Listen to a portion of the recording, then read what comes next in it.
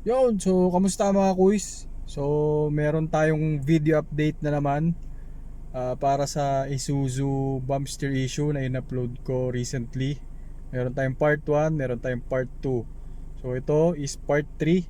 Update ko lang kayo, after a week na pinerform nila yung alignment ng gulong and nilipat nila yung gulong sa likod papunta sa harap, tsaka yung harap papunta sa likod.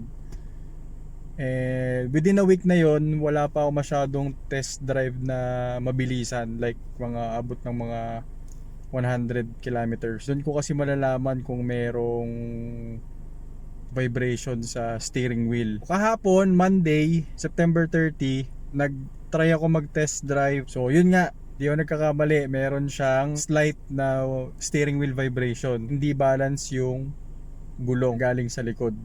Pumunta yung Isuzu service staff dito mismo sa bahay para kamustahin yung unit around 2 p.m. ganyan.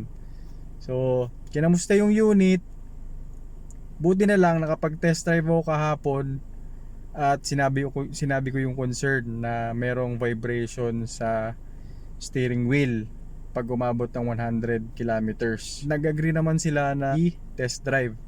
So, yun nga, tinest drive din nung driver nila.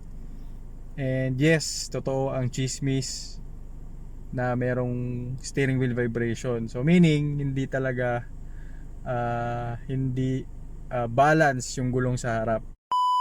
Kaya pala sila pumunta is i-update kami regarding sa tire replacement. So, unfortunately, hindi siya pasok dun sa para mapalitan yung mismong tires na napudpod.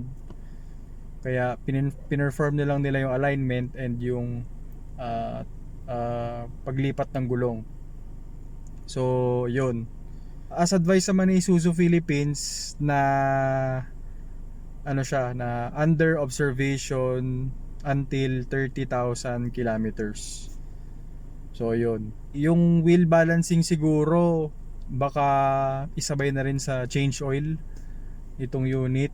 Hopefully next week may madala na sa kasa pa 15,000 odo change oil. I-share ko rin sa inyo yung konting video na na-capture ko.